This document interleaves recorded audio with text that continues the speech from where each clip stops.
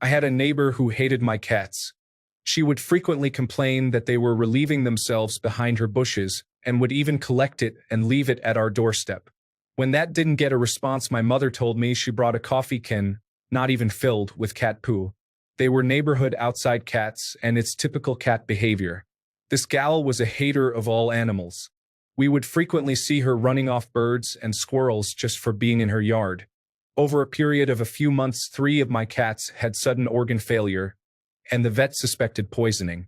It was a mystery to us, until we heard from another neighbor that she was bragging about poisoning our cats with antifreeze.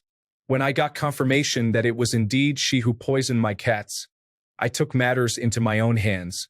I went to the local feed store and bought a 10-pound bag of birdseed, as well as a 5-pound bag of walnuts. That night, shortly after midnight, when the lights had been off in her house, I spread the contents all over her lawn and the bushes. The next day was pandemonium, and I'm pretty sure she was a nervous wreck. I never made the same mistake of admitting to the neighbors what I had done, but honestly, I don't think anyone else cared. Not long after I had joined the US Navy, and whenever I came home on leave, I would check to make sure she still lived there, and I would do it again. Edit to add, I see a lot of people applying their current point of view to the way we did things in the 80s. I know times change and I have evolved with that change, but I absolutely refuse to apologize for the way we did things in the 80s. This is pretty mild for the 80s.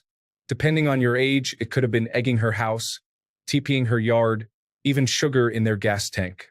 The 80s were savage. We didn't call the cops when we were bullied, we got our asses kicked or kicked someone's ass. I'm not saying it right or even legal, but it was what it was. Exactly. It seems crazy, but at that point I considered egging and TPing a little too cliché. Considering her hatred for animals, I felt this was creative and appropriate. Laughing out loud, you did it again during your leave is what gets me. Did your cats survive, by the way? No, sadly, they all passed very quickly.